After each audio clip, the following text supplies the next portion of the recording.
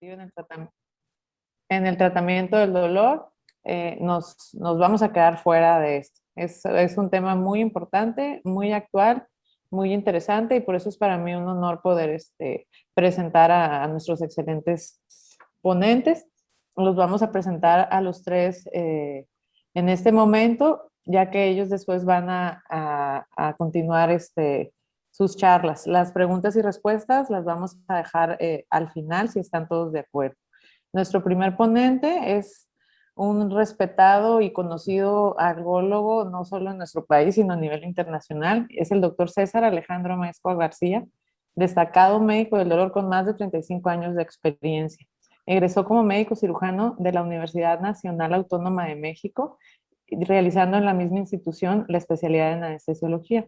La subespecialidad de clínica del dolor la realizó en el Instituto Nacional de Cancerología, siendo la primera generación de residentes de medicina del dolor en esa institución.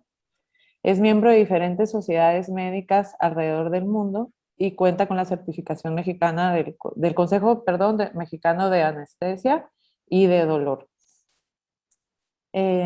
Actualmente su centro de consulta es en el Hospital Ángeles de Tijuana y es miembro de importantes asociaciones médicas como la Sociedad Mexicana de Anestesiología, AMED, obviamente, IAS, y la Sociedad Americana de Anestesiólogos. Por eso y muchas cosas más, César es un reconocido especialista en dolor, les digo, no solo en nuestro país, sino también a nivel internacional y amigo de todos. Nuestro siguiente ponente, es un honor tenerlo aquí. El doctor es médico ortopedista, cirujano de columna, y es el doctor José Fernando Izquierdo Moncayo. Bienvenido, doctor, le agradecemos mucho estar aquí con nosotros, con nuestra sociedad, y compartir sus conocimientos. Él es egresado de la Universidad de Guadalajara. La especialidad en ortopedia la hizo en el Hospital Civil de Guadalajara. Su especialidad en columna en la Universidad de Kansas, en Estados Unidos. Es coordinador del Comité de Ortopedia Regenerativa de la Federación Mexicana de Colegios de Ortopedia y Traumatología, FEMECOT, desde 2019 hasta la fecha. Es miembro del Advisory Biologics Dashboard del American Academy of Orthopedic Surgeons. Bienvenido, doctor. También es una persona muy reconocida en nuestro país en medicina regenerativa. Nuestro tercer ponente, el más chamaco de los tres, pero no menos connotado, el doctor Luis Miguel Rujana Garaviz, egresado de la Universidad Autónoma de Baja California, Tijuana, con especialidad en anestesiología en el Hospital Universitario de Monterrey, Nuevo León. Su subespecialidad en dolor y cuidados paliativos la realizó en el Hospital General de México, para posteriormente realizar una capacitación de alta especialidad de 2 años en terapia cannabinoide en Miramar, California, por Neuropharms Laboratorios, realizando ahí intervencionismo en técnicas regenerativas de dolor a partir de 2015. Su práctica privada en intervencionismo y técnicas regenerativas, así como medicina canábica, la realiza actualmente en el Hospital Ángeles de Tijuana. También es un conocido amigo y miembro de nuestra sociedad. Bienvenidos los tres. Les paso la palabra para empezar con sus interesantes charlas y serán en el orden que los hemos presentado. Muchísimas gracias, Marcela. ¿Ustedes tienen el control de las pláticas o ahí se ve? No, doctor, tiene que proyectarla. A ver, es que ya la había puesto. Okay. Vamos a ver. Ok. Ya.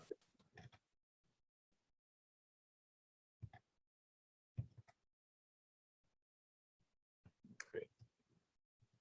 Muy bien. Vamos a minimizar aquí a la gente.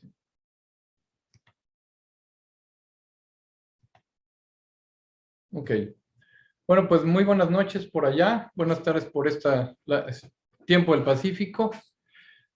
Es un gusto poder participar en esta sesión de la AMED, sesión mensual, y agradezco especialmente a la doctora Rocío Guillén por su invitación. Esta noche vamos a tratar el tema de medicina regenerativa, que se le ha llamado el futuro hoy en el tratamiento del dolor. Hemos comentado más de una vez que todavía hay un número importante de colegas de diferentes especialidades que piensan que esto de la medicina regenerativa está en pañales, que apenas está conociéndose lo que pudiera ser la medicina regenerativa. Sin embargo, hay más de 20 años de investigación científica que avala los trabajos que hoy se están llevando a cabo, como lo van a ver en las siguientes presentaciones. La medicina regenerativa es una rama, un área de la bioingeniería y tiene como propiedad combinar células, combinar métodos de ingeniería, de diferentes materiales, de bioquímica, con la idea de mejorar o reemplazar funciones biológicas. La medicina regenerativa, entonces, pues es un campo muy amplio, que como les digo, tiene que ver con la ingeniería de tejidos. Pero no solamente eso, sino que también participa en la investigación sobre los procesos de autocuración. Estos procesos, si bien han sido conocidos, son conocidos desde hace mucho, pues no se les había puesto mucha atención hasta que la medicina regenerativa empezó a enfocarse al respecto. El cuerpo utiliza sus propios sistemas, sin embargo, frecuentemente con lesiones crónicas o inclusive agudas, pueden no ser suficiente estos mecanismos de autorreparación para resolver el problema que está ocurriendo en el paciente. De tal manera que se está echando mano de material biológico que puede ser autólogo o halogénico para recrear células, reconstruir tejidos y eventualmente inclusive hasta órganos. Es sin duda en el sistema musculoesquelético donde la medicina regenerativa ha tenido sus mayores logros. También se aplica en otras áreas de la medicina, sin embargo, lo que a nosotros nos interesa, por lo menos el día de hoy, es en el sistema musculoesquelético. Porque además sabemos que el dolor crónico de origen musculoesquelético es con mucho el más frecuente de los dolores crónicos, inclusive más frecuente que el dolor por cáncer y también, desde luego, que el dolor neuropático. Para esto, entonces, nosotros estamos obligados a conocer a fondo cómo funciona el sistema musculoesquelético, cuáles son las estructuras que lo conforman, las articulaciones, los tendones, los ligamentos, fascias, cartílagos, discos intervertebrales, todos ellos forman parte del sistema musculoesquelético y desde luego obedecen a las señales que manda el sistema nervioso periférico fundamentalmente. Se ha reconocido que estos productos biológicos que son desde luego derivados de sangre tienen además un efecto antimicrobiano que tiene una capacidad de inhibir y o de inactivar diferentes bacterias. Lo cual hace que sea bastante seguro la manera de manipular esta sangre. Sin embargo, eso no quiere decir que nos saltemos los protocolos debidos de esterilización o de manipulación de los productos sanguíneos, ¿no?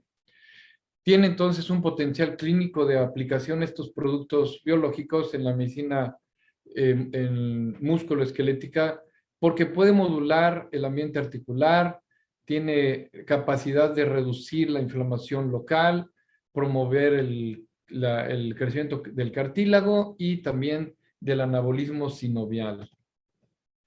Ya les decía yo que hace 20 años, pero sobre todo en la última década y un poco más, se han investigado muchísimo estos productos que llamaremos ortobiológicos autólogos con diferentes fines terapéuticos para tratar entonces en general las diferentes patologías, ya sea por osteoartritis, lesiones musculares, tendinopatías e inclusive degeneración de discos intervertebrales que pueden ser sometidos a tratamiento con estos productos ortobiológicos.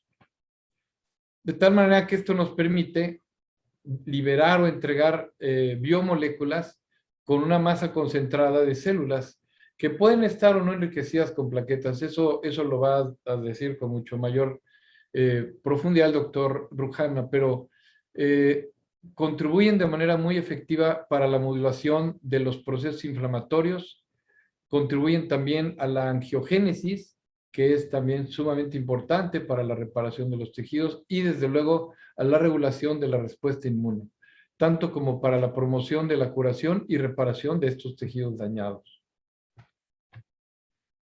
De tal manera que este tipo de estrategias terapéuticas pues tiene ventajas en sus aplicaciones clínicas. ¿Por qué? Pues porque vienen de una fuente fundamentalmente autóloga, que nos dan un perfil de seguridad, ya lo decíamos, muy alto, que además son fáciles de obtener con una aplicación mínimamente invasiva, es decir, todo es a través de agujas. Pero es muy importante que se entienda que a pesar de que existe este amplio espectro de preparaciones de los productos ortobiológicos, sí se puede identificar una secuencia clave de pasos, ¿verdad?, que involucran desde la toma de muestra de sangre periférica del paciente para la venopunción. No cualquier vena nos va a servir.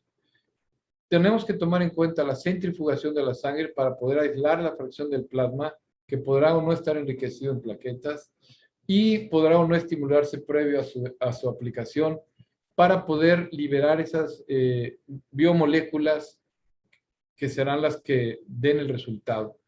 Pero en cada una de estas etapas se puede identificar el potencial de variabilidad de la muestra, principalmente por el volumen de muestra extraída, el tipo de anticoagulante, el protocolo de centrifugación, el material de recolección a los tubos, es decir, es importante inclusive hasta el calibre de la aguja con que lo hagamos, la velocidad con que lo hagamos, etcétera. El agente activador si es que lo usamos para las plaquetas. Entonces, pues esta gran variabilidad entre los diferentes procedimientos que no han sido estandarizados hasta el día de hoy, también da como resultado una amplia heterogeneidad entre las preparaciones del plasma. En cuanto a la concentración de plaquetas, si hay o no leucocitos, si hay eritrocitos, y finalmente, cuál es el material biológico que vamos a depositar en el paciente. Toda esta situación hace que mucha gente diga, no, es que no sirve, yo lo he usado y no sirve, no me ha dado resultados. Bueno, aquí está una muestra de por qué es tan importante desde la selección del paciente, la preparación del mismo, para tener los resultados que queremos y que necesita el paciente. Como ejemplo, les pongo aquí una concentración plaquetaria por arriba de estos números. Puede además ser dañina o tener efectos adversos. Una cantidad excesiva de células puede provocar una apoteosis celular, o sea, muerte celular, una downregulation, y además de sensibilizar a los receptores de los factores de crecimiento, que son, en esencia, los que van a promover todos estos mecanismos de autocuración, puesto que las células viven muy poco tiempo. Entonces, finalmente nos podría dar un resultado paradójico, una inhibición paradójica, cuando no sabemos o no conocemos los parámetros de la preparación de estos productos ortobiológicos. Y la pregunta obligada sería si puede la medicina regenerativa ofrecer un cambio en el tratamiento intervencionista del dolor. La respuesta es contundente, sí, desde luego que sí puede y lo está haciendo. Ya hemos visto cómo más o menos un poco es que la medicina regenerativa está cambiando el intervencionismo en el tratamiento del dolor desde el punto de vista técnico, científico, pero ¿qué hay de la parte clínica? La exploración física en el paciente con patología musculoesquelética no puede ser expresa. Necesitamos entender que el dolor en una misma localización puede ser debido a causas diferentes, es decir, diferentes generadores de dolor, porque múltiples estructuras están definitivamente íntimamente relacionadas en el sistema musculoesquelético. Y además pueden convivir el dolor neuropático con el dolor nociceptivo simultáneamente. De manera que el diagnóstico secuencial es de suma importancia. Y como siempre habrá factores de riesgo, como son el sobrepeso o la obesidad, la diabetes, el sedentarismo también, la carga de objetos pesados, las alteraciones psicosociales o inclusive algunas actividades físicas laborales, como ocurre, aquí lo vemos mucho en Baja California, los empleados o empleadas de las maquiladoras que tienen trabajos mecánicos repetitivos por no solamente horas, días, meses, sino hasta años, con desgastes muy importantes y lesiones del sistema musculoesquelético sumamente graves. Es algo que vemos aquí todos los días. La exploración física sistemática, desde luego que también es sumamente importante. Debemos dominar una exploración neurológica, entender perfectamente cómo funciona cada uno de estos nervios hacia el sistema musculoesquelético, reconocer y poder darnos cuenta de los cambios en la fuerza y o en la sensibilidad de los pacientes, la distribución troncular o metamérica de cada una de las estructuras afectadas y el elemento olvidado, la exploración miofacial. Los síndromes miofaciales no son cualquier cosa, son complejos, pero hay que estudiarlos, hay que entender si esto está formando parte del problema de nuestros pacientes. Debemos poder identificar bajo un entrenamiento la palpación de bandas tensas e identificación de puntos gatillo.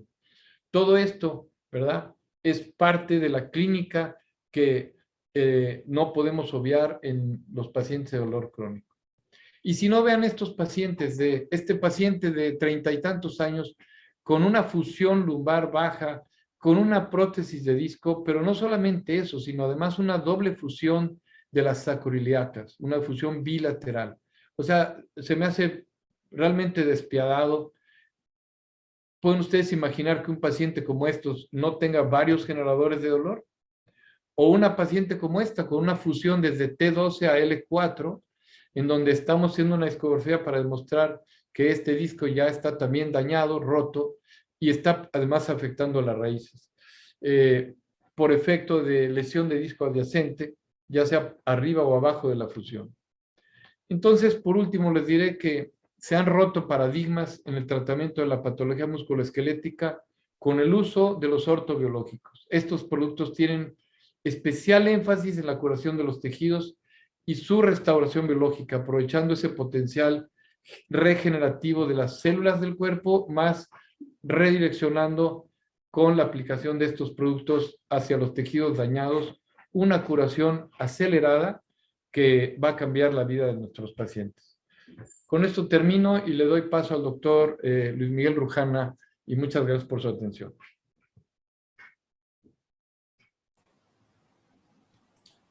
Perdón, tengo entendido que es el doctor... Perdón, al doctor Fernando Izquierdo, disculpa, Ajá. sí. Adelante, Fernando. Necesitas dejar de compartir, por favor. Ok.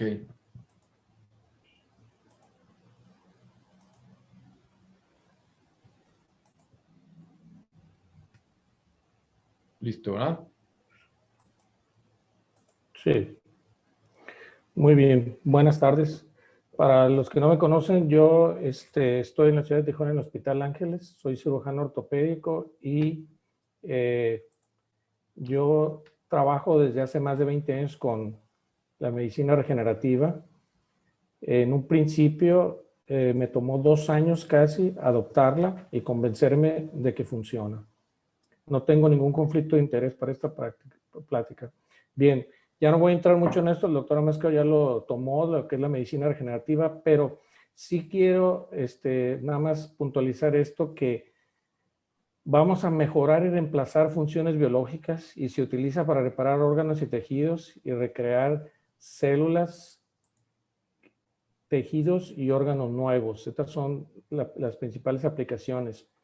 Pero ¿qué tenemos para empezar a hacer esto? Tenemos en contra nuestro pasado y nuestra práctica actual. ¿Por qué? Porque lo que sabemos en el pasado debemos de olvidarlo. Ahorita vamos a ver por qué. Como dijo Stephen Hawking, el mayor enemigo de la sabiduría no es la ignorancia, sino es la ilusión de conocimiento. Es decir, que creemos que ya sabemos lo que hay que saber sobre el sistema musculoesquelético y el manejo del dolor, pero realmente no sabemos. Y la medicina regenerativa empezó de esta manera, en donde al principio si el pie se destruía, se dañaba o se infectaba, pues lo más fácil era remover para salvar la vida del paciente. Entonces vino la primera de las 3 R's. Después se dañaba una articulación por desgaste y se reemplazaba. Vino la segunda R.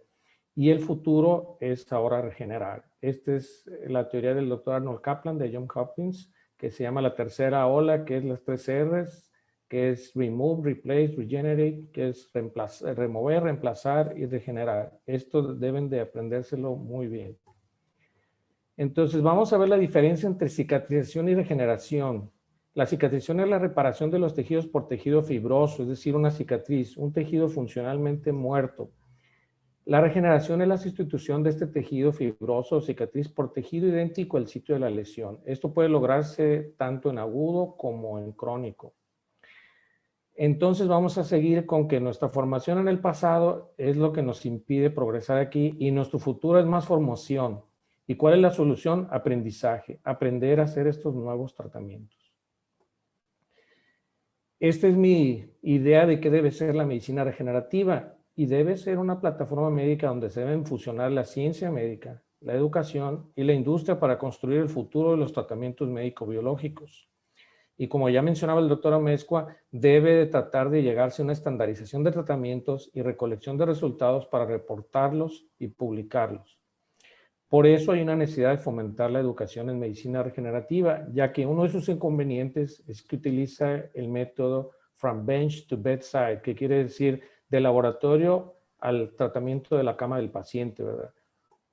Entonces, ¿qué necesitamos para empezar a practicarla? Pues necesitamos conocer sus bases científicas, olvidar todo lo que aprendimos para el manejo de la inflamación, no debemos usar AINES, no esteroides, aprender cuáles son los biológicos a utilizar, su obtención, preparación, formulación y métodos de aplicación.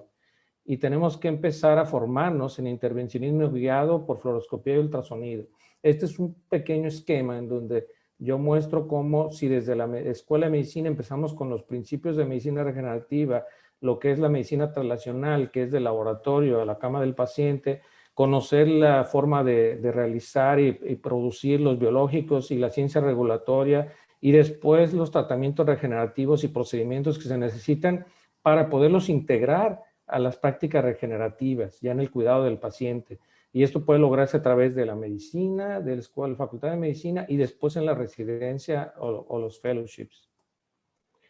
¿Cómo voy a incorporar estos conocimientos en mi práctica actual? Bueno, los del área clínica tratan con medicamentos, el área quirúrgica procedimientos de intervención por cirugía y el área de medicina del dolor, generalmente medicamentos más intervencionismo. Nada de esto está peleado con la medicina regenerativa.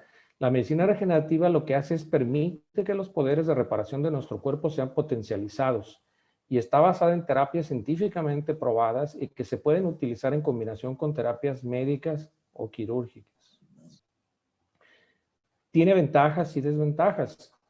Las ventajas es que son técnicamente mínimamente invasivas, hay un menor tiempo de recuperación, disminuyen el dolor en forma efectiva, recuperan función, movilidad en forma progresiva y un menor costo que cirugía de tratamientos prolongados.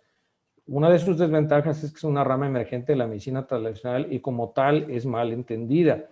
Hay un desconocimiento de la misma y falta de aceptación por nuestros colegas.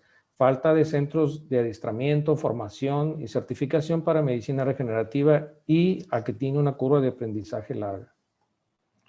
Debemos de entender que no es una cura milagrosa, es una herramienta terapéutica más y que principalmente debemos de guardarnos este concepto de que es un tratamiento puente entre el manejo conservador y los tratamientos quirúrgicos o definitivos. Las enfermedades musculoesqueléticas en Estados Unidos, que sí tienen estadísticas a diferencia de nosotros, es que en promedio hay 125 millones de afectados y se gastan 200,000 millones de dólares por año. Por eso se ha buscado crear un frente para disminuir estos gastos y disminuir el daño que se produce a estos pacientes y sobre todo mejorar la calidad de vida.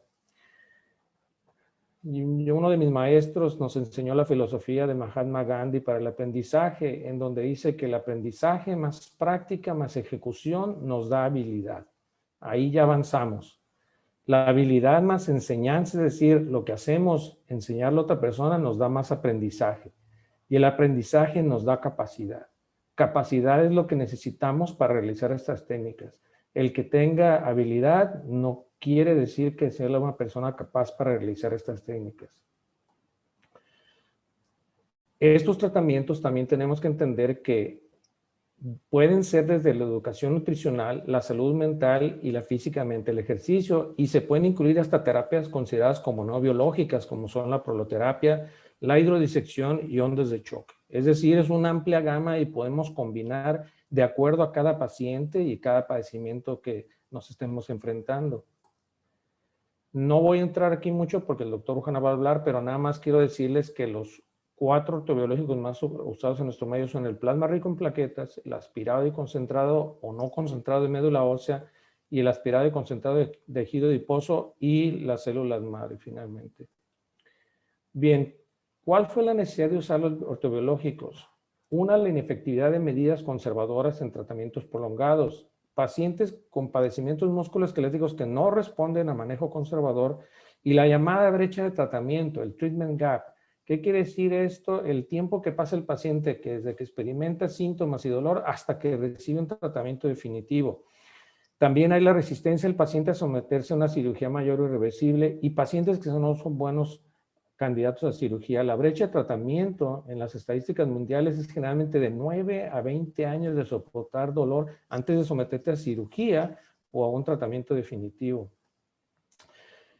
Pero para hacer los ortobiológicos tiene que haber requisitos.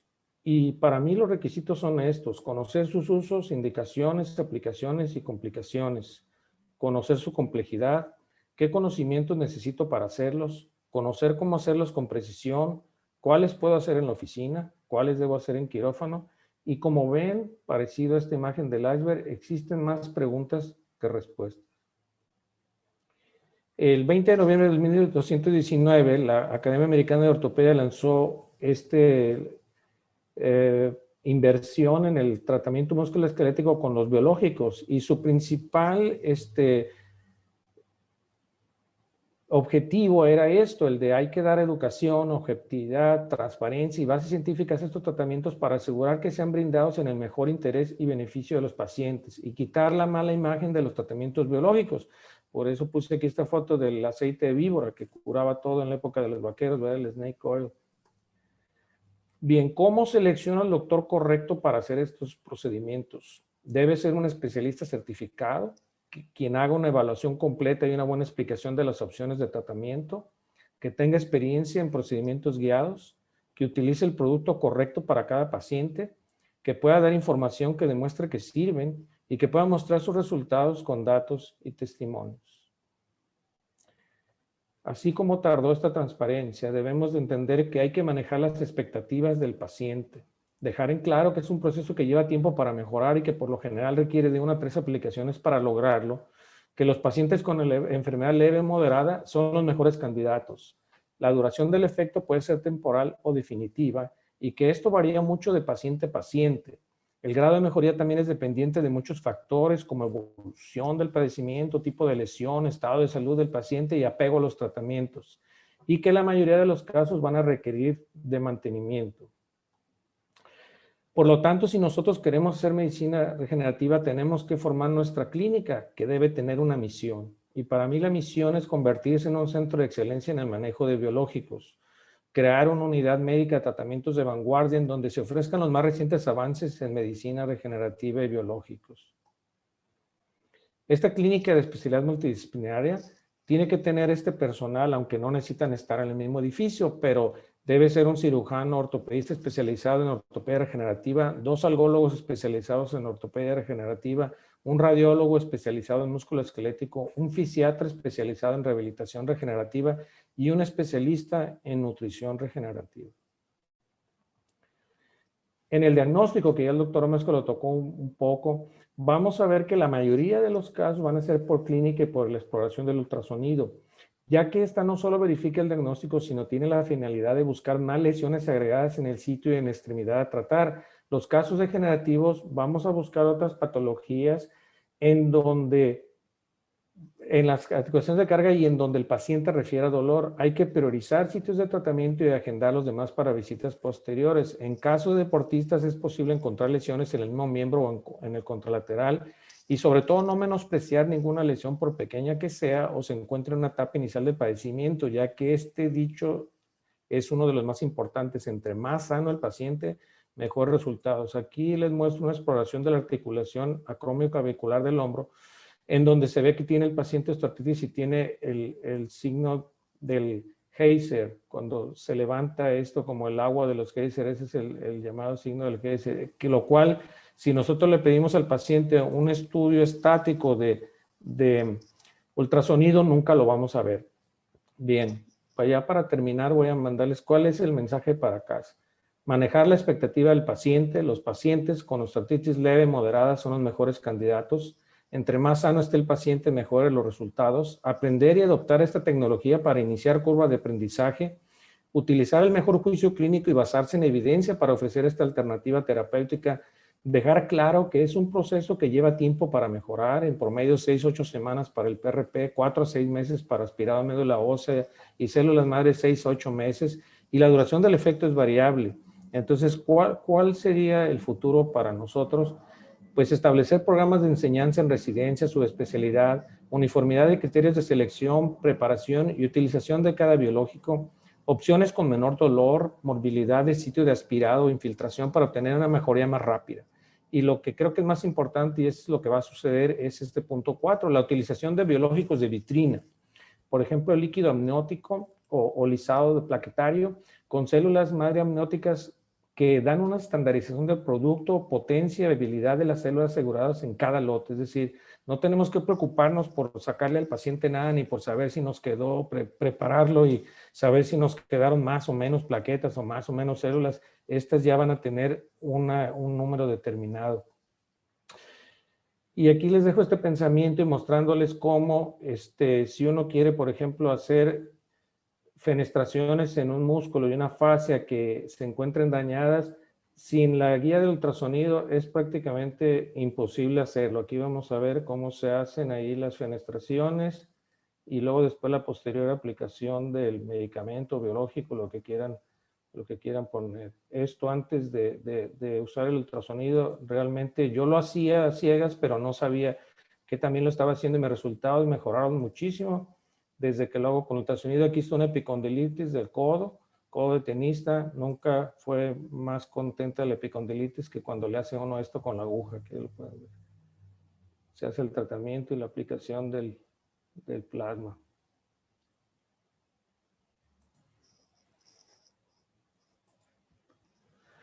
Muy bien, pues eso es todo y quedamos al final de la plática a sus órdenes para cualquier pregunta.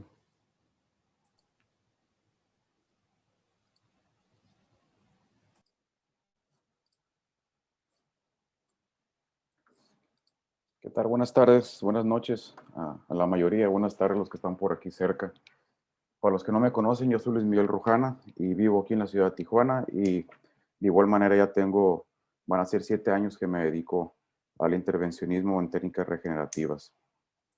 Yo creo que retomando un poco lo que el doctor Fernando acaba de mencionar ahorita, personalmente, pues yo fui capacitado a bloquear nervios y hacer bloqueos ablativos, entrar a cápsulas articulares. Y sin duda, el proceso de adaptación es diferente al proceso de adoptarlo, es muy diferente a adaptarme. Son cosas distintas. Yo puedo adoptar una técnica, pero realmente que yo me adapte a ella. Pues, a mí en lo personal sí me costó trabajo, pero pues la única fue, como dicen en Estados Unidos, pensar más allá del pan, ¿no? Tal vez hacer un taco, tal vez hacer un rollito, tal vez hacer otra cosa, no siempre es usar lo mismo, ¿no?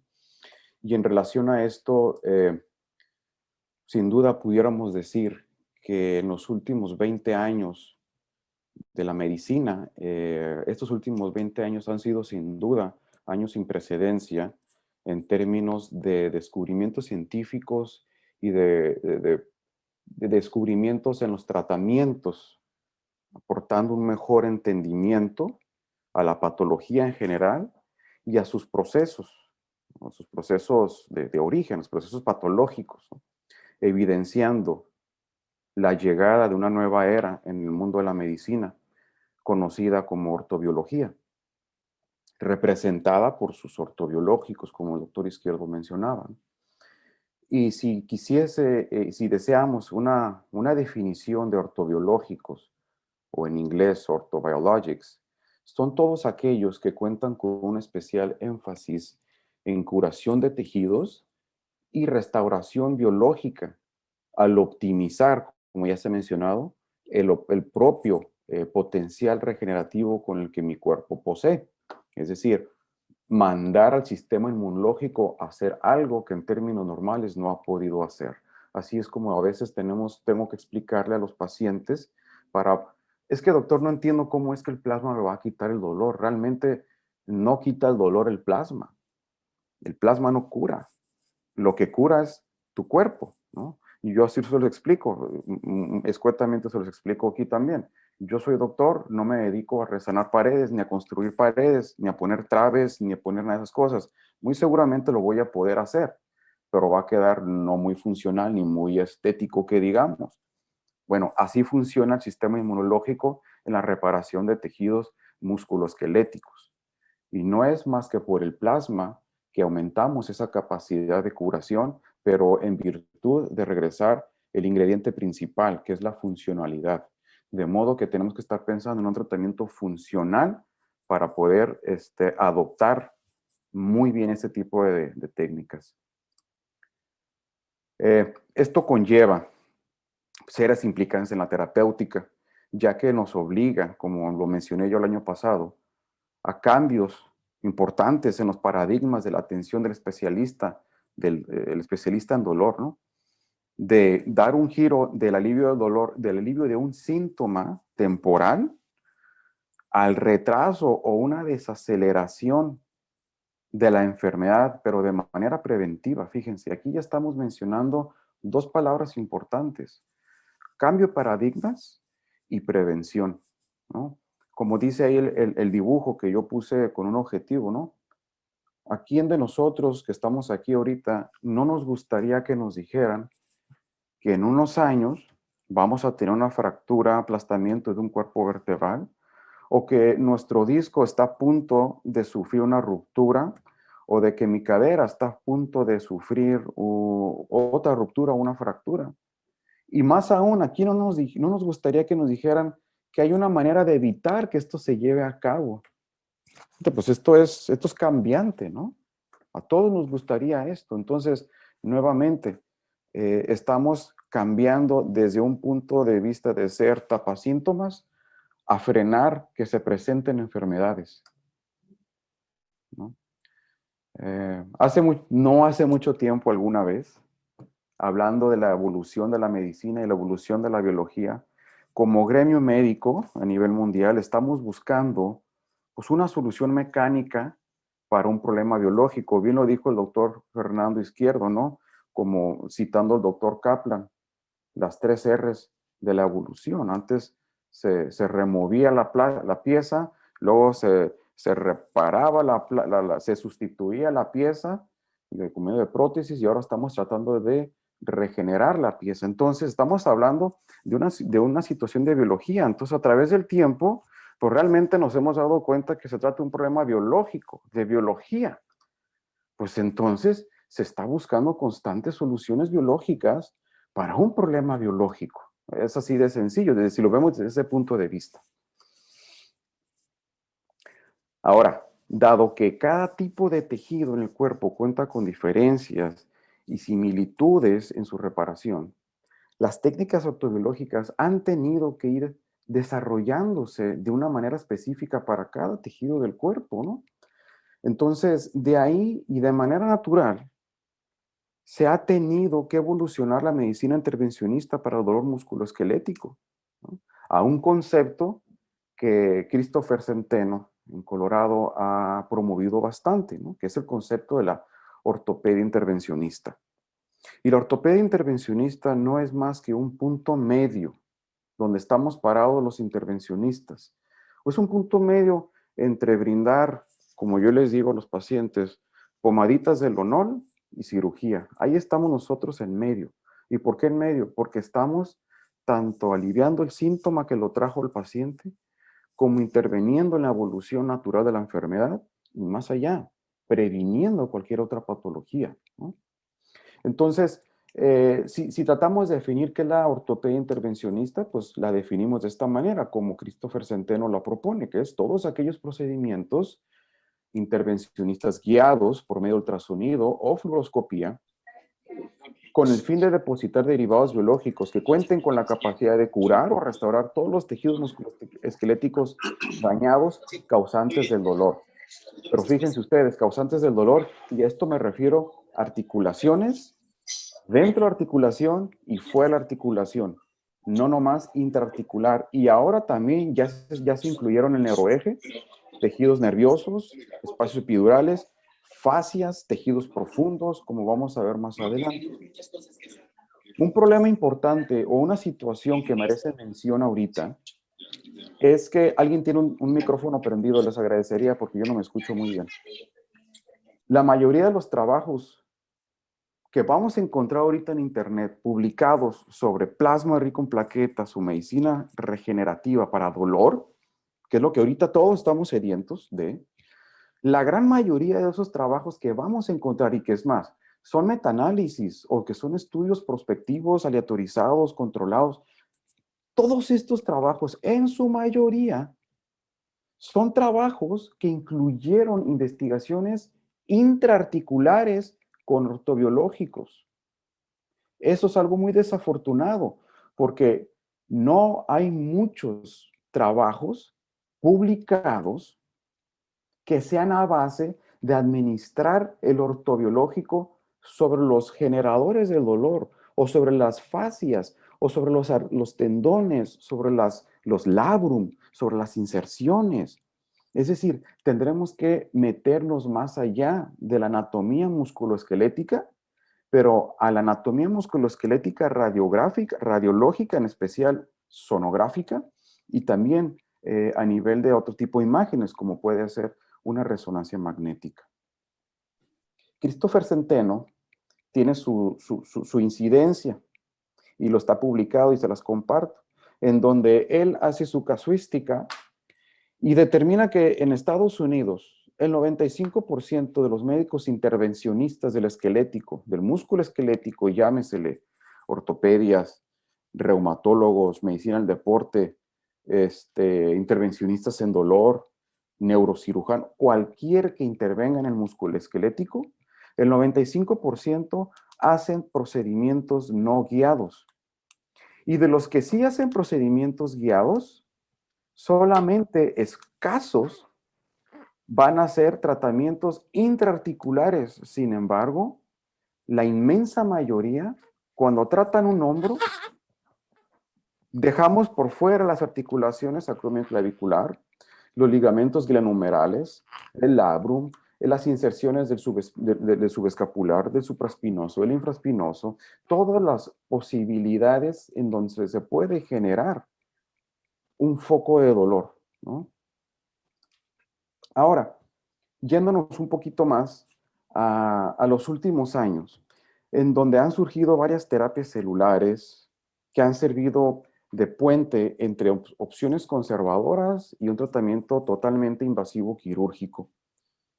Así también, como esto ha evolucionado, los ortobiológicos también han evolucionado a su vez, en donde ya tenemos reconocidas 5 generaciones de ortobiológicos, en donde a mediados de los 90s o en los 90s llegó la primera, que es la viscosuplementación representada por el ácido hialurónico. Después en los 80s viene desde el lado, saliendo del lado veterinario, llegó al humano, el plasma rico en plaquetas, para después evolucionar a lo que ya mencionó el doctor Izquierdo, ¿no? Que es el aspirado de médula ósea o el concentrado de médula ósea, que son cosas distintas. El uso de células madres o células mesenquimales, derivados de cordón, de placenta o de tejido graso, como ya todos hemos visto. Y finalmente, a la que se está considerando la 5ª generación de ortobiológico, que es lo que el doctor mencionó ahorita, ¿no? Que son todos los productos prefabricados. Y esto es con el objetivo de estandarizar que esto es un problema que está surgiendo. Vamos, no es un problema, pero sí es una constante dentro de la medicina intervencionista regenerativa, que existen un sinfín de variantes. ¿Qué velocidad de ciclado? ¿Qué tipo de tubo? ¿Activo o no activo? ¿Es precipitado plaquetario o es plasma rico en plaquetas? Es decir, son muchas variantes. Y qué mejor, como por ejemplo aquí les menciono yo, el uso de los exosomas, que los exosomas no son células, son fragmentos o son vesículas extracelulares de las mismas o cualquier otro producto liofilizado. Hablando un poquito, no se trata de detallar mucho porque no es el momento ni la ocasión, pero sí es el momento de dejar claro cada generación. ¿no? Fue la primera disponible, les comentaba, y ya hay muchos trabajos metaanalíticos o prospectivos, vamos, ya existe mucha información que demuestra que el ácido hialurónico es capaz de reducir el dolor en presencia de osteoartritis degenerativa de manera igual o más efectiva y segura a largo plazo en comparación con los antiinflamatorios no esteroideos. De así evolucionó los tiempos y en los 80 llegó a nuestro alcance el plasma rico en plaquetas. Pero antes de que llegara a nosotros, ya había información en donde Ferrari lo estuvo utilizando por un tiempo en sus casos, en sus cirugías durante las esternotomías para cirugía cardíaca. Después de ahí pasó por otorrino, cirugía maxilofacial, en donde se detuvo gran tiempo y sigue todavía en el mundo de la odontología, donde se utilizan básicamente para preparar los alvéolos dentarios para recibir lo que ahorita está de moda, ¿no? Que son los implantes.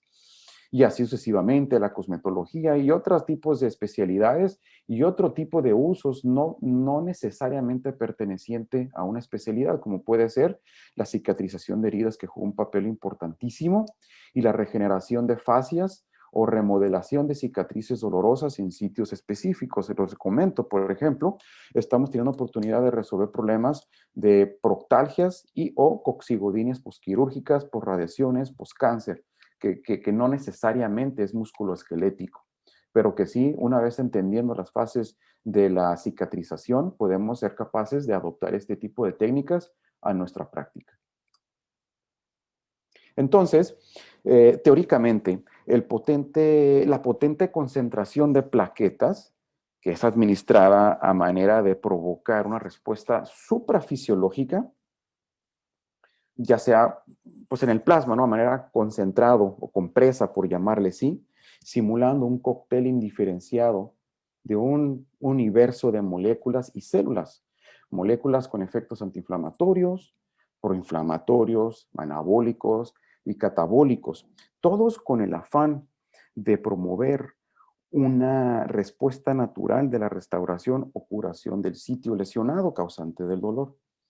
Recientemente, este tipo de tratamientos en especial, independientemente del tipo de plasma rico en plaquetas, el plasma rico en plaquetas se ha traspolado de manera muy impactante al neuroeje, ¿no? Diversos ya hay más que diversos, ya hay muchos trabajos publicados donde muestran la utilidad de este tipo de tratamientos en enfermedad discal degenerativa, enfermedad facetaria, espondilosis, etcétera. Muchas entidades clínicas a las cuales no se creía o no se había logrado demostrar que puede ser una gran herramienta. Continuando con los tipos de plasmas. Entonces, no se trata de revolvernos, porque no es el caso, pero sí es el caso de poder empezar a discernir que no todos los plasmas son iguales, que necesitamos concentraciones diferentes, y todo esto tiene que ver en el resultado final que se busca. Y dependiendo del autor que leamos, pues hay algunos que dicen que existen 2 plasmas, otros que existen 6, otros. En teoría nos podemos quedar que existen unos 5 plasmas distintos. Y sí, el tipo de plasma y su concentración es lo que determina mi resultado. Centeno es de los más pragmáticos en este término. En su artículo dice, miren, vamos a hacer las cosas más fáciles. Vamos a dividirlos en 2. El plasma rico en plaquetas que contiene leucocitos y el que no contiene leucocitos. Porque ya está demostrado que hay tejidos que sí se van a ver favorecidos en presencia de macrófagos, de neutrófilos, de linfos, de monocitos, de eosinófilos. Y ya hay otros tejidos que al contrario, no nomás no se verán beneficiados, que los vamos a lesionar, como por ejemplo algunas cápsulas, los sinovitos, los tenosinovitos, ¿sí? Todas estas cosas que podemos demostrar. Los nervios, no se recomienda, los nervios pueden ser lastimados por la presencia de plasma rico en plaquetas, ¿no? Entonces, sí es importante. Y aquí cabe mencionar algo muy interesante, la edad. La edad del paciente juega un papel primordial también, porque es sabido que a mayor edad se va a requerir mayor volumen de mi ortobiológico en virtud de poder despertar esa chispa inflamatoria de las 3 fases naturales de la cicatrización, ¿no? En donde es inflamación, cicatrización y remodelación. Entonces, por ende, sí es importante que consideremos estos diferentes rubros al momento de querer emplear este tipo de tratamientos. Y aquí es donde cabe esto, que es imprescindible que lo dejemos claro cuando estamos tratando de convencer al paciente, no convencer, de tratar de ofrecerle este tratamiento, en donde el tiempo de recuperación, esta gráfica fue hecha en base a precipitado plaquetario, que es voy a llamarle que es un tipo de plasma rico en plaquetas, y que en lo personal, que es el que más utilizamos, ¿no? El precipitado. Es más, aquí tengo un precipitado de la mañana que le sobró al paciente, es anatómicamente indistinguible a un plasma rico en plaquetas. Sin embargo, el precipitado plaquetario contiene escasas plaquetas. Las plaquetas están pues en el fondo del frasco, no están flotando. Lo que está flotando son los factores. Y aquí podemos ver en esta gráfica cómo es la evolución natural en la recuperación de un paciente al que se le administró un plasma rico en plaquetas, en donde podemos ver la tendencia es a la mejoría. Sin embargo, como pueden ver allí, hay días malos y hay días buenos. Hay días malos y hay días buenos. Pero todo con la tendencia a ir mejorando en un intervalo muy marcado. Pero esto es importante porque el paciente, no, doctor, no mejoro, es que sigo igual. A ver, vamos a ser analítico aquí. Tus días malos ahorita son más buenos que tus días malos antes del tratamiento. Y a la inversa, y más impactante, los días buenos cada vez serán más buenos que el anterior. Entonces, esto es la evolución natural de un tratamiento regenerativo. No quiero decir que a todos les va a servir, porque hay muchas variantes que pueden mermar el resultado, pero sí puedo decir que en el 100% voy a lograr un cambio molecular. Continuando con las generaciones, el aspirado de médula ósea, en inglés Bone Marrow Aspirate, el BMA, o si no, el Bone Marrow Aspirate Concentrate, que es el concentrado, es decir, el centrifugado, ¿no? Y esto es una potente mezcla de células madre mesenquimales, ¿sí? Células hematopoyéticas, plaquetas y todo tipo de citocinas, citocinas más que nada restauradoras, regeneradoras, voy a llamarle, ¿no? En donde ya hemos logrado, se ha logrado demostrar en diferentes trabajos la aplicación específica de un aspirado de médula ósea para determinadas patologías. La cuarta generación, la generación de las células madre derivadas de tejido graso y de células madre derivadas de placenta y de cordón. Eso es lo que comúnmente lo conocemos como lipopolisacáridos, en donde genéricamente o clásicamente era obtenido por medio de un proceso que se le llamaba microliposucción. Nosotros aquí de broma le decíamos una mini lipo, ¿no? Y donde se trabajaba con el tejido adiposo y para de igual manera ser procesado y así ser utilizado en sustratos o entidades patológicas muy específicas. Para finalmente llegar a la quinta generación de los ortobiológicos, como se comentaba, que ahorita yo pudiera decir que los exosomas y los liofilizados plaquetarios son lo que lo están representando. Y como comentaba hace unos momentos, los exosomas no son células madre, pero sí son fragmentos de células, son vesículas extracelulares que conllevan en su interior toda la información genética de una célula madre, por así explicarlo, con el fin de llevar a cabo la chispa regeneradora. Pero este es el futuro a lo que le estamos tirando, por así llamarle, porque estamos ante la necesidad de un tratamiento protocolizado, tanto de protocolo de estudio, como dicen en inglés, assessment, un protocolo de tratamiento, de abordaje, tecnicismo, y por lo tanto también un protocolo en el producto biológico a utilizar. Con esto yo termino, esta es mi última diapositiva. Tratamos de no extendernos tanto porque sabemos que estos ya son horas pesadas, pero espero que haya contestado, pero más aún espero que haya despertado más dudas al respecto. Muchas gracias a todos por su atención y buenas noches. Les agradecemos muchísimo sus excelentes charlas. Están los doctores listos para preguntas. Entendemos con esto entonces que la medicina regenerativa busca favorecer y aumentar la capacidad inherente de los tejidos de sanar. Eso es algo, como explicabas, Rujana, que a veces es confuso porque la gente luego llega y les pregunta eso, ¿no? O sea, ¿cómo me va a sanar el plasma directamente? Por eso saco esto a colación, por el comentario que hiciste.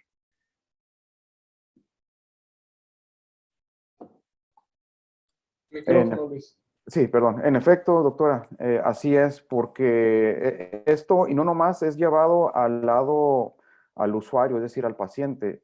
Más importante que eso, sí, pues es el beneficiado, pero aquí en este caso estamos hablando de la formación de médicos, ¿no?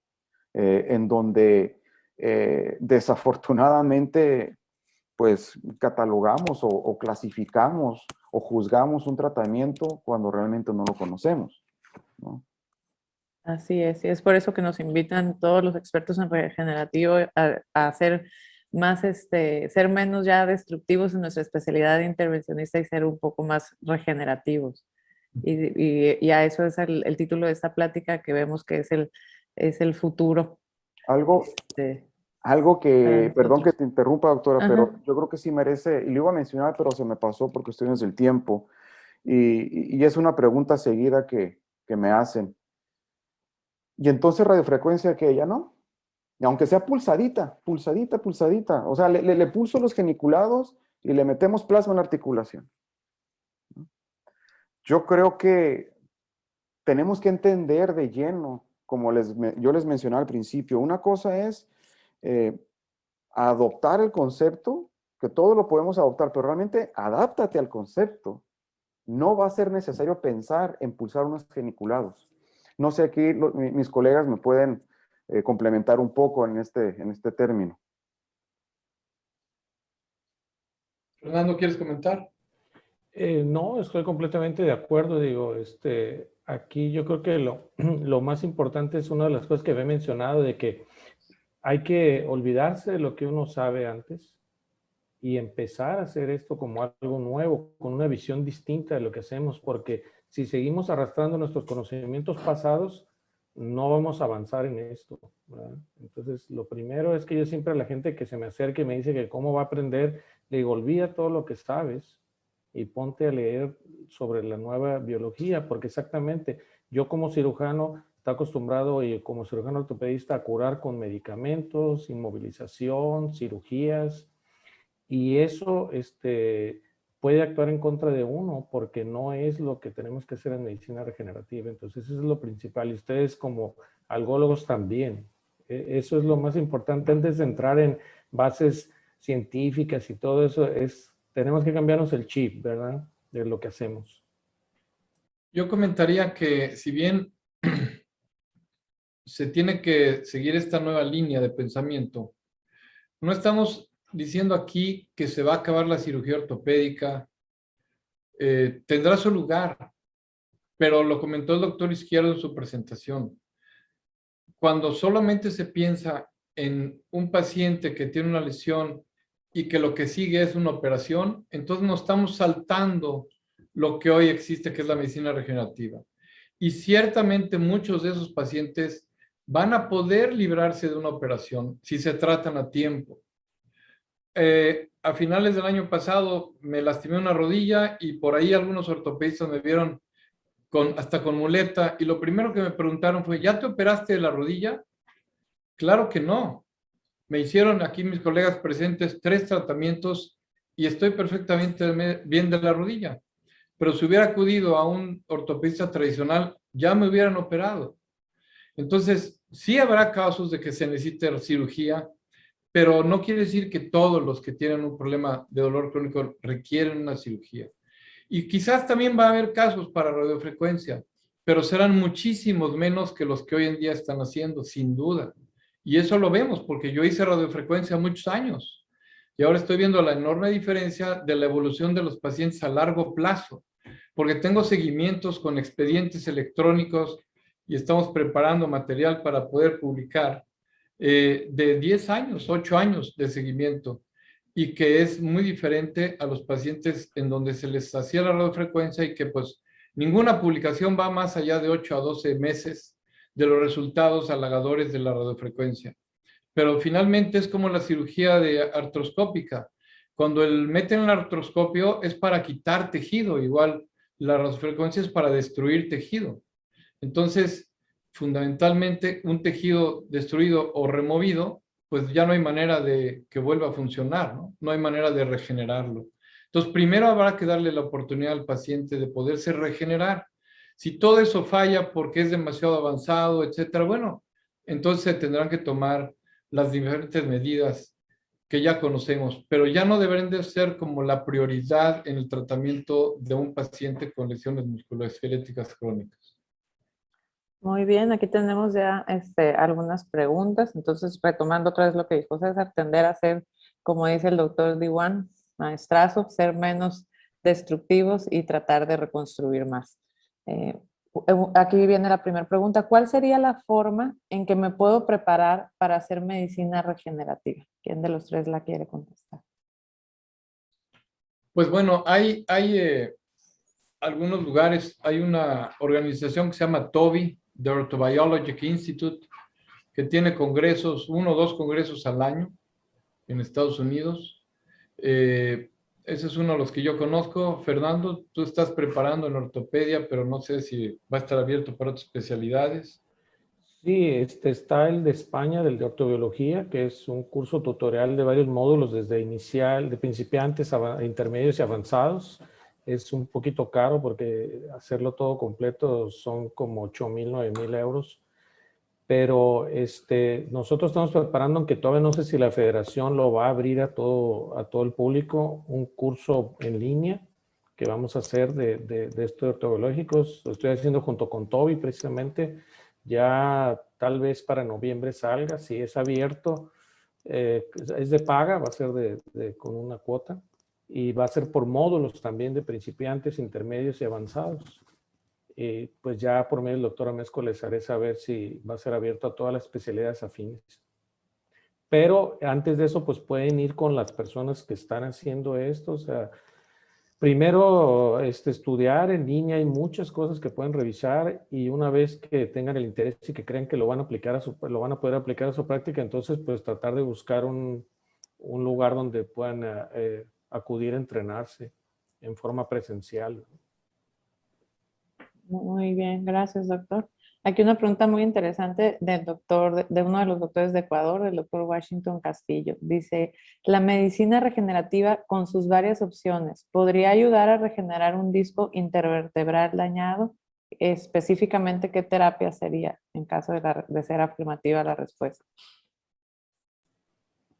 Yo ya hablé mucho, le dejo al doctor Izquierdo, al doctor Rucana, la respuesta. Bueno, depende del daño, ¿verdad? Ya hay una tabla, una escala de la lesión que tenga el disco intervertebral, del tipo de lesión que tenga, y en esta escala se maneja con colores, y los pacientes que están en la zona verde, que todavía existe, el núcleo se puede diferenciar en la resonancia, y esos pacientes responden bien, aunque tengan lesión ya del anillo, pero que no exista ruptura, porque si nosotros vamos a inyectar algo dentro del disco y el anillo se encuentra roto, lo que inyectemos va a salir hacia el canal, entonces no va a tener ninguna utilidad. Entonces tiene que ser que sea una hernia que todavía esté contenida por el anillo o con el ligamento. Las que mejor responden a esas no sé si estén familiarizados con la imagen de resonancia que se llama HIZ, High Intensity Zone, que es una mancha blanca que se ve tanto en la axial como en la sagital, en la parte posterior del disco. Esos son los pacientes que mejor responden a estas terapias. Y lo que se usa inicialmente es el plasma rico en plaquetas, sin leucocitos. Y más yo utilizo actualmente el plasma rico en factores de crecimiento, que es lo que mencionaba el doctor Rujana, en donde las plaquetas solamente se elevan 2 a 2,5 veces y existen 0 eritrocitos, 0 leucocitos. Entonces eso va a tener más factores de crecimiento y se introducen al disco y esto es con lo que tienen mejor éxito. Si el paciente tiene un poco de más daño y él quiere agregar, hacerle un plus a esto, se le pueden agregar células madre, pero eso depende mucho también del presupuesto que maneje el paciente, puesto que todavía no son tratamientos que estén al alcance de todos. El aspirado de médula ósea no ha tenido muy buenos resultados en los discos, ¿eh? Así que las mejores opciones son plasma rico en factores de crecimiento y células madre, o la combinación de ambos. Muy bien. Seguida esa pregunta, alguien más pregunta, no sé si se refiere al disco o en general de la medicina regenerativa. ¿Cuál es el porcentaje de infecciones y en qué pacientes se dan mayormente?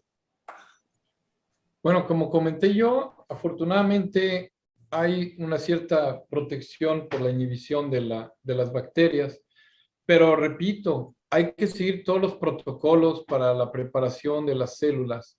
Y bueno, nosotros, bueno, el doctor tiene, como bien dijo él, casi 20 años o 20 años, yo tengo más o menos 10 años y jamás hemos tenido una infección. Excelente. Entonces, No sé en como las publicaciones, Fer, si tú hayas visto infecciones. no se escucha. Estaba tu micrófono apagado. Ya, lo que reportan es muy bajo las publicaciones, es 0.01% de los pacientes, y hay que recordar que la mayoría de los biológicos tienen características bactericidas y bacteriostáticos y fungistáticos, entonces es muy difícil que exista, llevando, como dijo el doctor Amezco, a todo lo de limpiar, hacer un buen aseo, utilizar las técnicas de asepsia, antisepsia, es muy difícil que exista una infección, ¿verdad? Tendría que ser uno bastante rústico para que se produjera. Descuidado. Como todo lo que hacemos, ¿verdad? Siendo cuidadosos y seleccionando bien a los pacientes. Claro que sí. Bueno, pregunta de la presidenta de nuestra sociedad, la doctora Rocío Guillén. Primero que nada, excelentes ponencias para los tres. Y su pregunta es, ¿cómo decido qué tipo de ortobiológico debo aplicar en procesos degenerativos de columna? Luis, si quieres contestar tú. Sí, claro. Bueno, procesos degenerativos de columna, pues es una infinidad de diagnósticos, ¿de acuerdo? Entonces, como trastornos lumbares generadores de dolor, nuevamente, en mi opinión, tendremos que ir a los focos generadores del dolor. Y aquí es donde entra lo que el doctor Amezcua enfatizó muy bien. Una adecuada exploración física y una adecuada clínica para poder determinar qué fue primero. Es decir, el paciente tiene un trastorno lumbar, un trastorno discal, perdón, en este caso está representado muy seguramente por un problema radicular.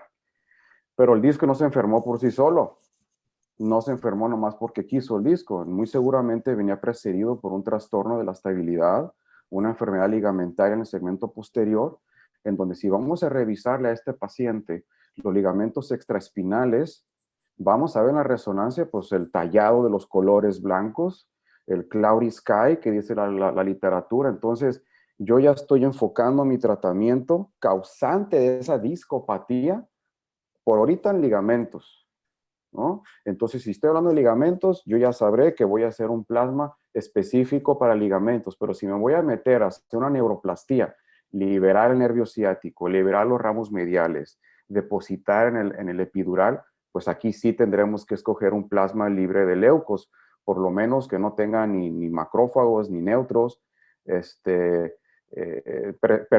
preservando los monocitos para, por así decirle, mantener la chispa inicial. Pero sí es importante que en el neuroeje no se introduzcan leucocitos. Muy bien. Otra pregunta. ¿El costo aproximado del procedimiento es? Sí. Bueno, yo creo que eso ya es una cuestión, pues como cualquier honorario médico, es decir, yo puedo tener pacientes de bajos recursos que les cobre 300 pesos, como puedo tener pacientes que les cobre 8,000 pesos, ¿no? Realmente no hay un estándar. Depende también cuántas áreas vamos a trabajar, cuántas articulaciones, si es la columna, si vamos a usar ultrasonidos, si vamos a usar fluoroscopía, todo eso puede incrementar los costos. Si ustedes tienen el ultrasonido o tienen que ir a un lugar donde lo van a rentar, etcétera, ¿no?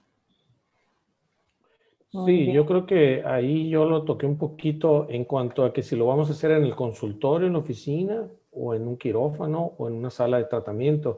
De eso va a depender, ya que si uno necesita fluoroscopía, pues hay el costo de la fluoroscopía, del ultrasonido, equipo especial, etcétera. Entonces, es muy variable. Puede ser de un tratamiento que sea de, vamos a decir, un promedio de los 6,000 a los 20,000 pesos, los más simples, y hasta los que se hagan en quirófano, que sean más complejos, que puedan costar 40,000, 50,000 pesos, depende, depende de las áreas a tratar. Cuando uno hace 2, 3 áreas de la columna, pues eso va incrementando el costo, ¿verdad? O vamos a hacer aspirado en médula ósea y hay que sedar al paciente y luego hacer la aplicación del aspirado, que eso se hace en quirófano. Todo eso va aumentando los costos. Entonces sería muy difícil decirles un, un promedio.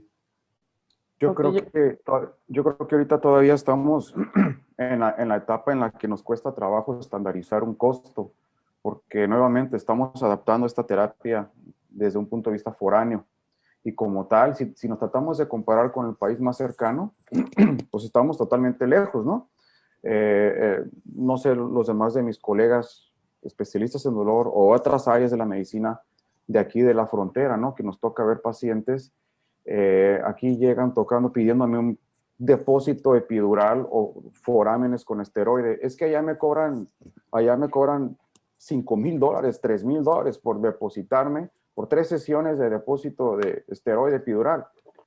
Entonces, es muy difícil yo creo que ahorita poderlo estandarizar. Pero sí, mucho tiene que ver la comorbilidad del paciente, algo que yo considero no personal. Si es un paciente joven, si es un paciente que no quiere dejar de fumar, si es un paciente diabético no controlado, todas estas situaciones van a mermar el resultado. Entonces, y son cosas que se consideran para el presupuesto. ok, muchas gracias. Tenemos más preguntas. La que sigue es, ¿cómo se realiza el plasma rico en plaquetas libre de leucocitos?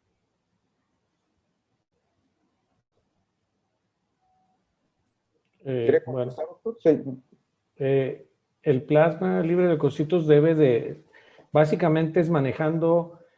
Yo, por ejemplo, uso 1800 revoluciones por minuto siempre para todas mis preparaciones, pero lo que me maneja sin o con leucocitos es el tiempo del centrifugado.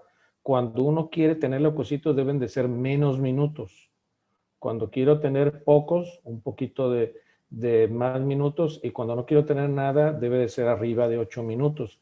Entonces, ya un plasma centrifugado a 1800 por 8 minutos debe de tener 0 rojos, 0 blancos y escasos monocitos, que esos se necesitan, como decía el doctor Rujana, para iniciar el proceso de inflamación, pero la inflamación, resetear la inflamación, el proceso natural que se necesita. Por eso no hay que dar antiinflamatorios, porque si uno da antiinflamatorios, estas células necesitan la señalización de inflamación para empezar a trabajar, las de nuestro cuerpo, ¿no?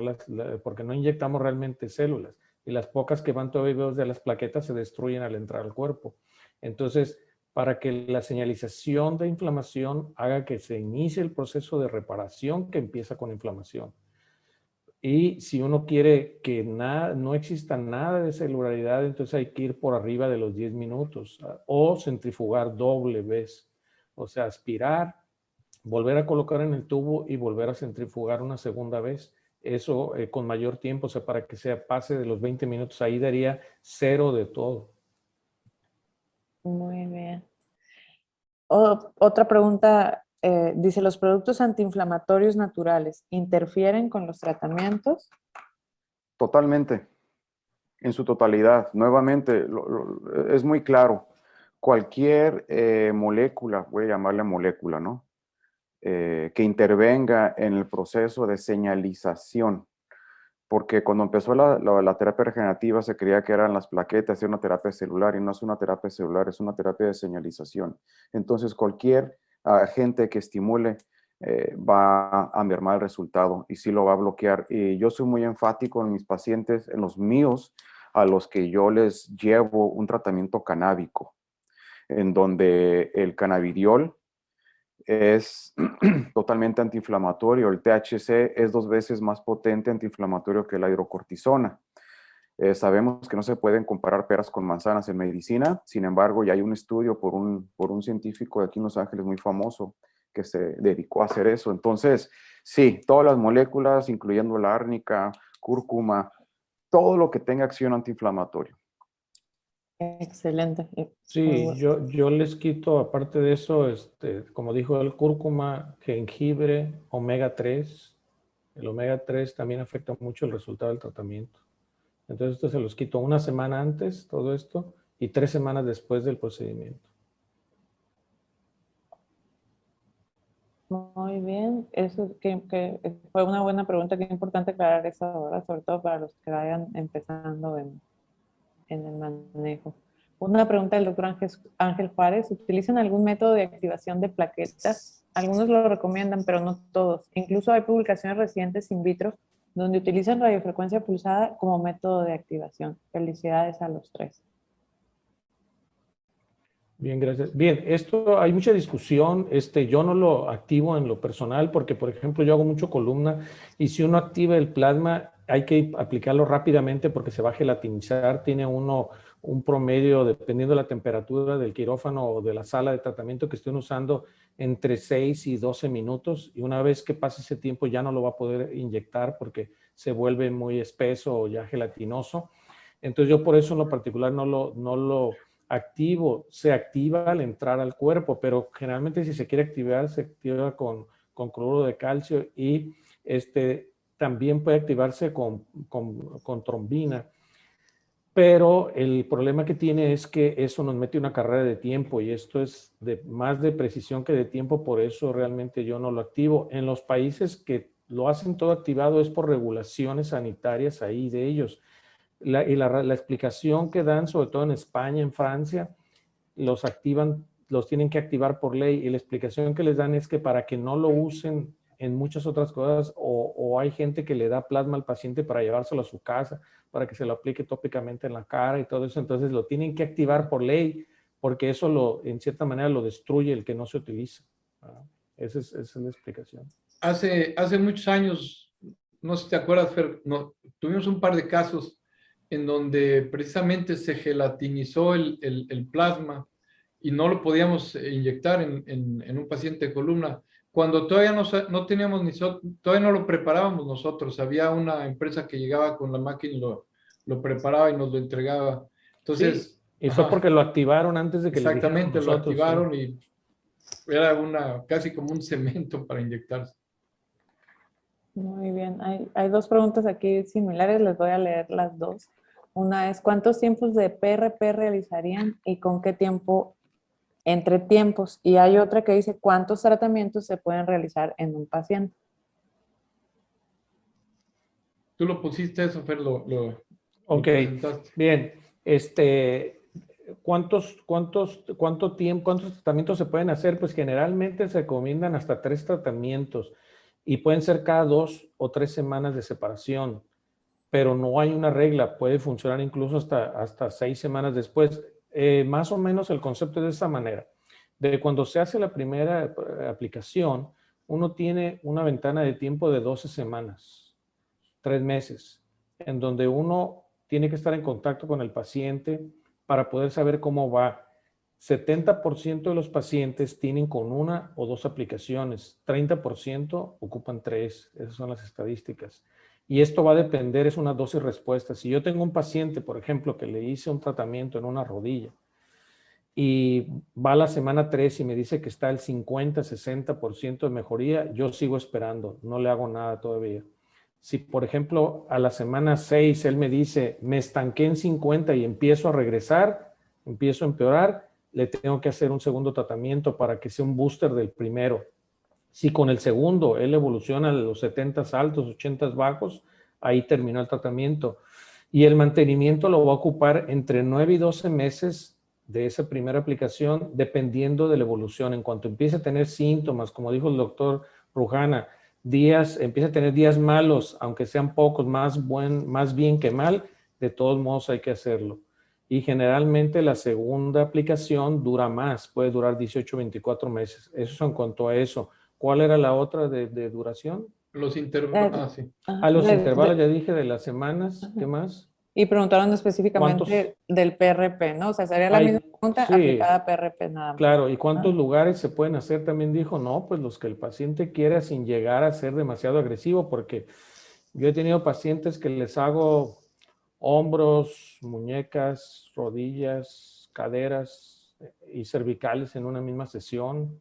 Y si el paciente lo tolera, mientras no lleguemos a producir el injection shock, que digamos, yo creo que, pero sí debe de mantenerse de acuerdo al índice de masa corporal del paciente, un límite del plasma que se aplica, que generalmente se maneja de 100 a 120 cc. Una vez que uno pasa de esos, uno puede correr el riesgo de que el paciente desarrolle enfermedad del suero, como una transfusión de un grupo sanguíneo no compatible.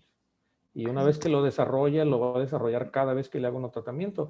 Es una enfermedad autolimitada, les dura 3, 5 días con fiebre, náuseas, diarrea, vómito, a veces erupción cutánea con antihistamínicos se controla, pero hay que evitarla. Complementando un poco, doctora, Sí.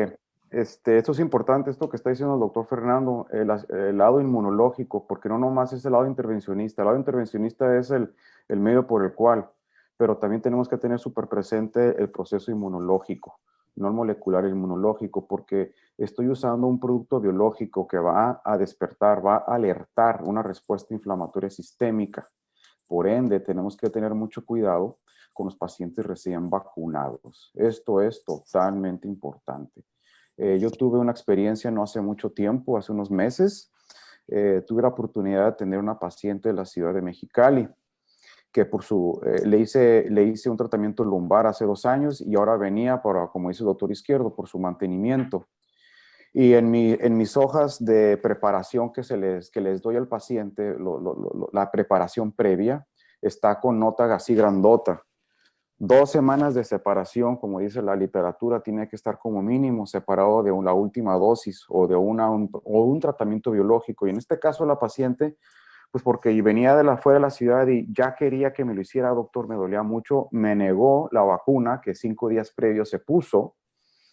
Y pues imagínense, me hizo un choque anafiláctico y de estar en hemodinamia nos fuimos directamente al área de urgencias a echar a perder mi tratamiento porque tuve que administrar cortisona y fluidoterapia, ahora sí que reanimación y antihistamínicos constantemente. Entonces esto sí es un problema si no estamos bien embebidos en la preparación del paciente. Sí, ahorita, aumentando lo que dijiste, Luis, ya acaba de salir un reporte que está en prensa de que están sugiriendo 3 semanas antes, o sea, hacer un procedimiento no más de 3 semanas cerca de la vacunación, es decir, que hayan pasado más de 3 semanas que se vacunó o si se hizo un tratamiento biológico, dejar pasar 3 semanas antes de vacunarse. Eso es a lo que han llegado a la conclusión. No es definitivo, pero es lo que han encontrado que ayuda a evitar problemas como el que se le presentó al doctor Rojana. Muy bien. Otra pregunta. ¿El método plasma rico en plaquetas se usa en todos los pacientes o existen límites para ciertos pacientes con comorbilidades? Gracias, saludos. Excelente exposición, maestros.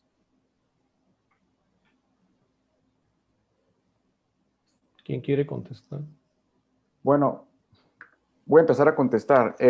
Sí, vamos, si todos somos humanos, en teoría todos somos candidatos. Sin embargo, sí hay contraindicaciones, pero sobre todo, como dice la pregunta, las limitaciones o los límites con comorbilidades.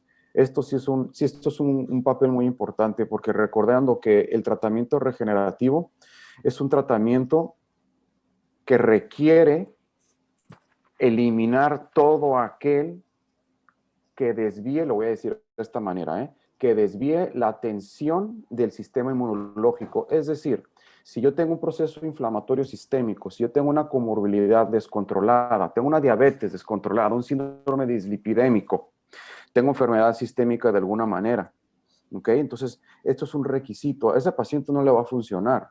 Si es un paciente fumador, eso es un paciente que está inducido con radicales libres constantemente, no le va a funcionar. Si es un paciente que no siguió las sugerencias y dejó una dieta proinflamatoria, es decir, no suspendió los lácteos, no le va a servir. Entonces, sí es muy importante esta pregunta, en mi opinión, las comorbilidades y sobre todo los factores, las variantes que van a mermar el resultado. Muy bien. Aquí tenemos otra pregunta muy interesante. ¿Está indicado utilizar los ortobiológicos en pacientes postoperados? Bueno, es el mismo concepto que está comentando el doctor Rujana. Si hay un proceso inflamatorio activo, agudo, pues va a ser difícil que el paciente tenga una respuesta adecuada. Adecuado. Hay que esperar a que se empiece a resolver el proceso agudo para que tenga un mejor resultado.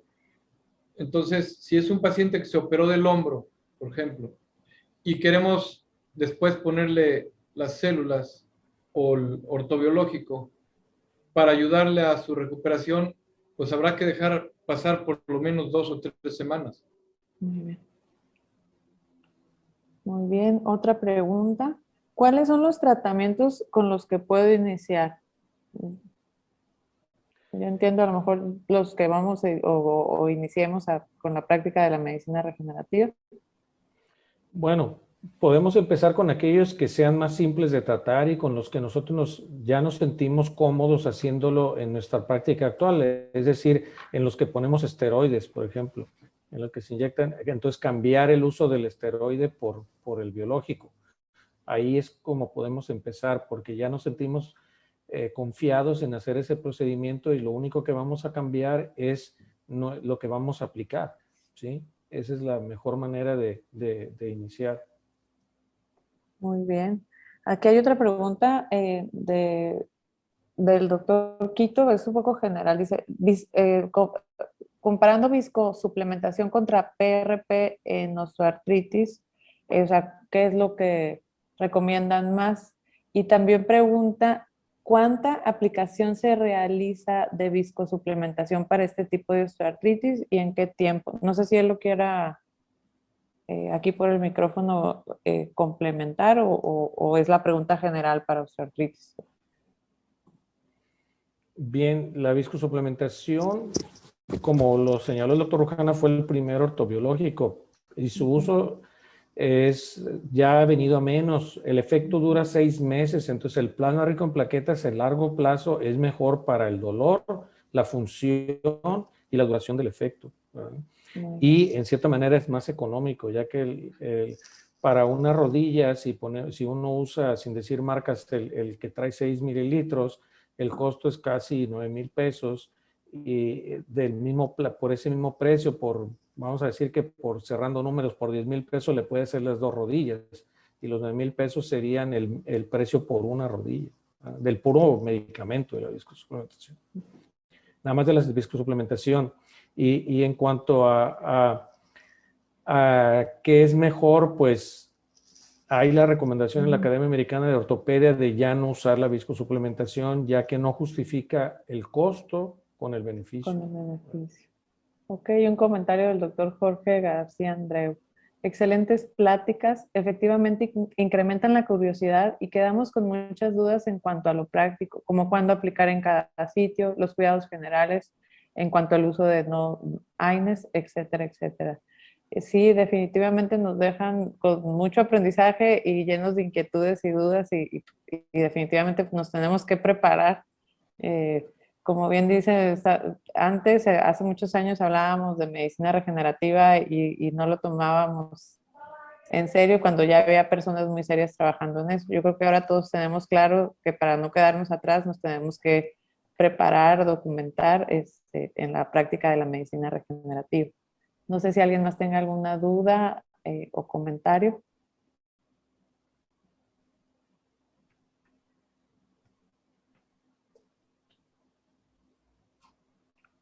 Muy bien, entonces pues nuevamente agradecerles a los tres, excelentes ponencias. Y ya llegó otra pregunta, le vamos a dar oportunidad. Yo me tengo que retirar, discúlpame, pero tengo pacientes todavía y ya nos atrasamos mucho, entonces yo Muy los dejo, bien. pero muchísimas gracias a todos. Gracias a ti, César, un honor. Bye. Hasta luego. Doctor Rujana o doctor Izquierdo, de la doctora Jenny Estrada, ¿qué hay de la regularización en México? ¿De la para qué, perdón? despedirnos. Regularización en México. ¿Regularización o regulación? Ella puso regularización, pero se debe referir a regulación, Yo creo que seguramente. regulación. Bueno, Ajá. eso es muy, en cada estado es independiente, ¿verdad? Nosotros, por ejemplo, estamos en un hospital donde hay todos los permisos para trasplantes de tejidos y todo, entonces no tenemos ningún problema con lo que hacemos, pero en los consultorios particulares privados, pues deben de consultar con sus autoridades locales de la COFEPRIS, ver qué les está permitido, ya que si llega una inspección y desde la máquina del PRP puede que no sea la que esté registrada en México, tiene que tener todas sus licencias y los materiales que uno utiliza, entonces eso va a ser muy variable de una región del país a otra, ¿verdad? Yo he encontrado colegas que hay estados donde todo hacen y nunca les hacen nada, ¿verdad? Y otros en donde sí están muy regulados, entonces eso es difícil de contestar, pero una opción es estar en un lugar donde tiene todos los permisos y de esa manera uno no tiene que preocuparse por nada más así, cumpliendo con las regulaciones, los lineamientos, no hay necesidad de preocuparse por nada. Excelente, muy bien. Hacer las cosas bien es lo principal. Pues nuevamente les agradecemos mucho. Les recordamos a todos el 27 de octubre el Congreso de nuestra sociedad, que será híbrido, presencial y en línea. Doctor, tanto gusto. Ya habíamos escuchado hablar mucho de usted y ahora tenemos el honor de conocerlo a la distancia. Luis Miguel, muchísimas Muchas gracias. gracias por la invitación. Gracias a ustedes, Marcela. Ajá. Buenas noches a todos. Buenas noches. noches, hasta luego.